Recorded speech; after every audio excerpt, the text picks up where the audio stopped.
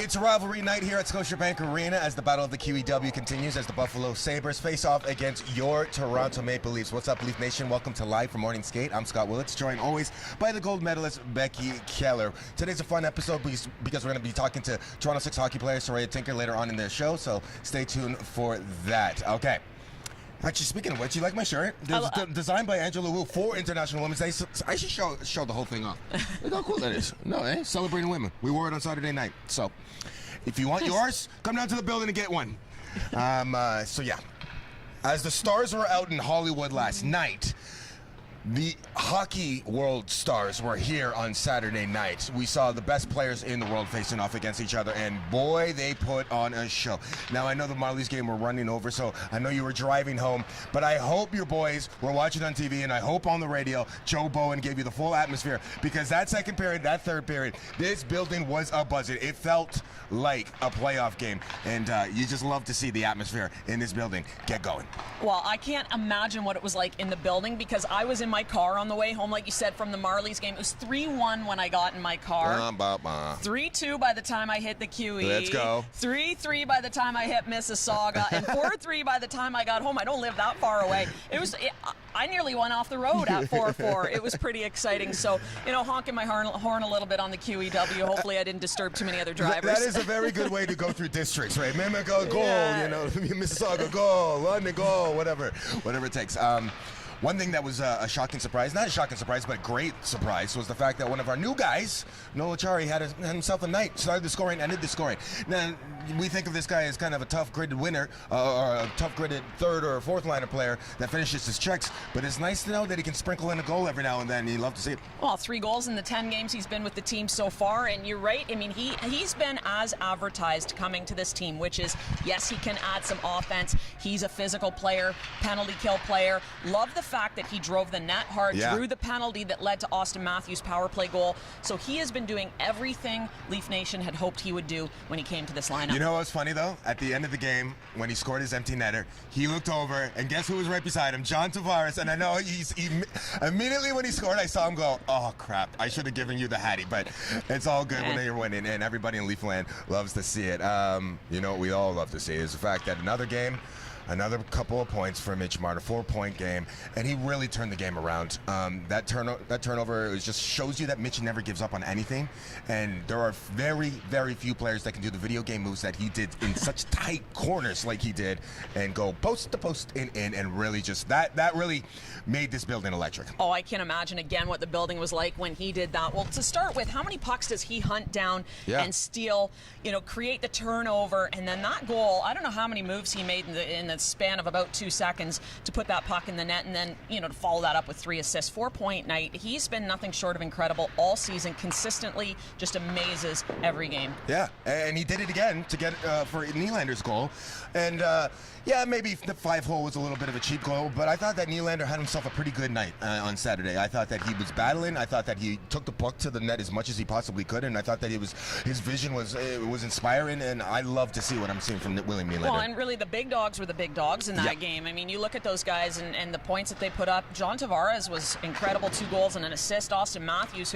he's the guy that seems to be left out of this conversation right now with only a goal and an assist. He had an incredible game as well. So just what you would expect when you go up against the Edmonton Oilers, you need your big guys to be your big guys, and they were. Absolutely. John Tavares was unbelievable. It's funny to say that Austin Matthews had a quiet night. He still had a goal and he still had a point, an assist. So pretty big night from the big four. Also a feisty night. McCabe throwing down a couple big hits. I'm loving what I'm seeing from McCabe as a new addition to the Toronto Maple Leafs.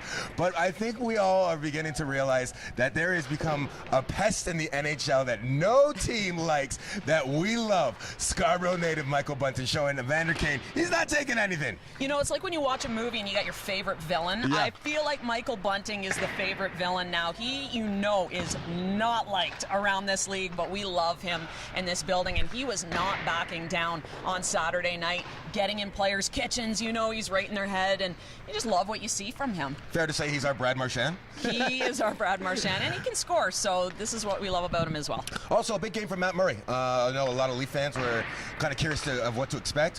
First shot, first goal, and he didn't get down on himself. He put him, he put his skates down and he said, "Let's go." And he battled and he battled and he battled, and he walks away with a win. And he made some huge saves when it matters. When it was 3-1, he came up with a massive save. Leafs go back down the other end of the ice, and they're able to open things up and score 2, 3, 4, 5. It comes from those big saves. Yeah, when you have a team as offensively skilled as us, literally, it's all just about make that save now. It's like Grant Fuhr, right? Yeah. That's what Wayne Gretzky always says. He wasn't the best goalie, but he always made the save when you needed it, and that's what you want to see from Matt Murray. You've had goalies like that before. Yeah, absolutely, and that's what he did for the team on Saturday night. Let's talk about Buffalo. Last time the Leafs played Buffalo in Buffalo, it was the Ryan O'Reilly night, to say the least. He was playing his old team, scored a hat trick. Of course, Ryan O'Reilly will not be in the lineup tonight. However, when you think about this game, it's not a game that the Leafs must win or need to win, but they should win. And this could be a sleeper game, as we have 2 big games coming up on Wednesday and Friday. However, when you think of Buffalo, they don't really have that much firepower, except they do. Tage Thompson is absolutely having himself a heater of a season. He is, and you talked about Connor McDavid and what it takes to shut him down. Tage Thompson is in that conversation too, of what do you do to shut down this guy who is, 6'6", 6'7", he can move, he's got dangles, he's got a shot, so he is a hard guy to defend, and he has put up some really big numbers for this team this year. Not to mention the fact that their power play is one of the best in the league, so they can score goals. They do. Their problem, of course, this season has been keeping pucks out of their net, and that's where the Leafs will look to capitalize. Yeah, they do have one guy on their blue line that is definitely come to form. The first overall draft pick, number 1 overall draft pick, Rasmus Dahlin. I almost mixed that up. And he's really he's the anchor of this team. If the Leafs can get past him, they can get past pretty much anything, right? Yeah, and he can score as well, and he's going to quarterback their power play. And Owen Power, young defenseman who can be pretty tough as well. So, this is going to be a game. This Buffalo Sabres team is desperate. They're still in the playoff hunt. They haven't done themselves any favors in March. They've only been able to accumulate 3 points, 1 regulation win. So they're going to come in here hungry. Yeah, and I also don't like when those Toronto boys from Buffalo come up to play in Toronto from Buffalo. Jeff Skinner has 29 goals. He always seems to have a good night here. So, boys, let's shut him down tonight. Which brings us to Scott's prop picks for tonight. Scott's prop picks. Let's see my board. Yeah, there it is. I like it. Presented by FanDuel. Scott's prop picks. You're going to help me out on this one. First of all, highest scoring period. What are you thinking, Becky? Well, I got to go with the second. We watched that game on Saturday night. Are they going to redo that? I think so. I'm going with the second period. I'm going with the first. The boys are going to come out hot tonight. It's Monday night. They're itching to roar. Plus Buffalo, they seem to start. They don't really start on time often. Will there be overtime? I don't think so. Not tonight. We don't really have many overtimes in Leafland. No, there hasn't been a lot, and I agree that they're going to come out with a fire under them. And last time they played this team, they had one heck of a first period. So you may be right there. No overtime. Yeah. Before we get to my interview with Saroya, let's talk about the blue line. As I mentioned, McCabe just looks really good, and it's like a perfect addition. I think Justin Hall is coming into form a little bit. Morgan Riley is slowly getting it back together over here, and Mark Giordano. It looks like a solid unit right now. Yeah, this is a solid blue line and tons of options, and we kind of start to forget about Luke Shen because he's back in Vancouver with his wife. You add him into the lineup, you got a lot of physicality, but you're right about McCabe. Playing in the top 4, taking on some big minutes, and just the toughness that he brings, the fact that he can penalty kill. I love what he has added to this unit. You know what the best thing is? We didn't even mention TJ Brody. That's what I love about the TJ Brody's game. It's so quiet, and he just does his job. Becky, thank you. I appreciate it. And just wait on for 1 second. I'll be right back with Saroya Tinker.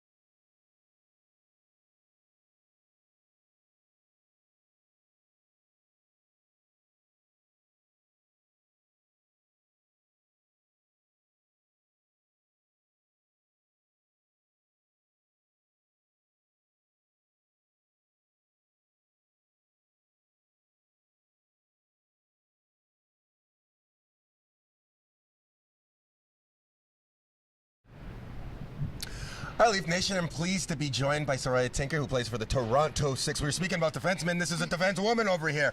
How you doing? Great. How are you? Good. We got an Ivy League, an Ivy Leaguer here. You played in Yale. You've been playing since you were 6 years old. Yeah. Talk about the evolution of the women's game that you've seen over your lifetime. Yeah, for sure. I mean, when I was heading to Yale, there wasn't really a professional league to look to. We had the CWHL, but they were folding, and now we have professional leagues to play in, make a living wage, have benefits. There's still a long way to go. Yeah. But at the same time, we've seen these strides being made, and it's positive change. And I mean, I'm happy to help pave that way for the girls behind me. Okay, what was the biggest game? Was it Yale versus Princeton or Yale versus Harvard? Yale versus Harvard. Yeah. But you always took them to the cleaners. For sure, yeah. My final game at Yale was triple overtime with Harvard. Oh, and you won? You won? No, we lost. Oh, okay. Sorry for bringing that up. You were talking about how you've seen so many strides, but there are still some challenges. What are some of the biggest challenges that you see, that you're facing, and that you continue to face? Yeah, I mean, the wage gap, I think, is one to start. I mean, we just started making living wage this year and having benefits and, coverage. So I think that's something that we've seen come a long way in the game, but still very far from the men's side. And obviously our fans, our investors and whatnot, there's still so much needed to be done in that sense. So we need people to invest in women's sports, and we just need to see that respect and that level of fandom for our game as well. Not only are you a female hockey player, but you're an African-American female player. What have you seen? What are some of the challenges that you've seen? I've talked to Sarah Nurse many times about it, and she says sometimes the doors haven't been open for me, and sometimes you have to push your way through those doors and those challenges. What kind of challenges have you seen, and what kind of good things have you seen as well? Positives. Yeah, I mean, I think being a black woman in hockey, you're going to experience overt or covert examples of racism, and you may not always feel welcome, but at the same time, it's always so positive to see the amazing BIPOC individuals that are in the game now. That's what really keeps me going, seeing my mentees, seeing the little girls, the little black girls. There's so many of them at the arenas, especially here in the GTA. So it's so encouraging to see. And as much as it is a challenge, it's positive change, and it's amazing to see. What does it feel like when you just kind of look down and you're like, wow, I've kind of become a role model? It's kind of surreal, right? Yeah, I mean, it's kind of weird. I definitely never thought of myself in that sense, but I realize that I'm a piece of representation for those girls now. All right, let's talk some hockey. Toronto Six, your season's almost coming to an end, and playoffs are right around the corner. How has the season been so far, and what are you expecting in the postseason? Yeah, our season's been great so far. We've fought back and forth for first place with Boston. We unfortunately split this weekend. Surprise, shocker, Boston. Yeah. Yeah, so back and forth with Boston, but we have a really great squad here in Toronto, and I mean, we're looking to win the Isabel Cup, so be aware of that, and come to Mattamy to support us next week in playoffs. Absolutely, we will be there. Leafs Nation will be there. Of course, our boys right here are approaching April, and that means playoffs time is right around the corner. What are you expecting from our blue and white? I'm putting you on the spot right now. Big, long run. Are we going to be playing in May? Are we going to be playing in June? What do you think, Saroya? Yeah, I mean, I'm hoping they're playing for the Cup, but fingers crossed. So we'll see. Absolutely. I appreciate you for taking your time. This has been awesome as the Toronto Maple Leafs continue to celebrate women throughout the month of March.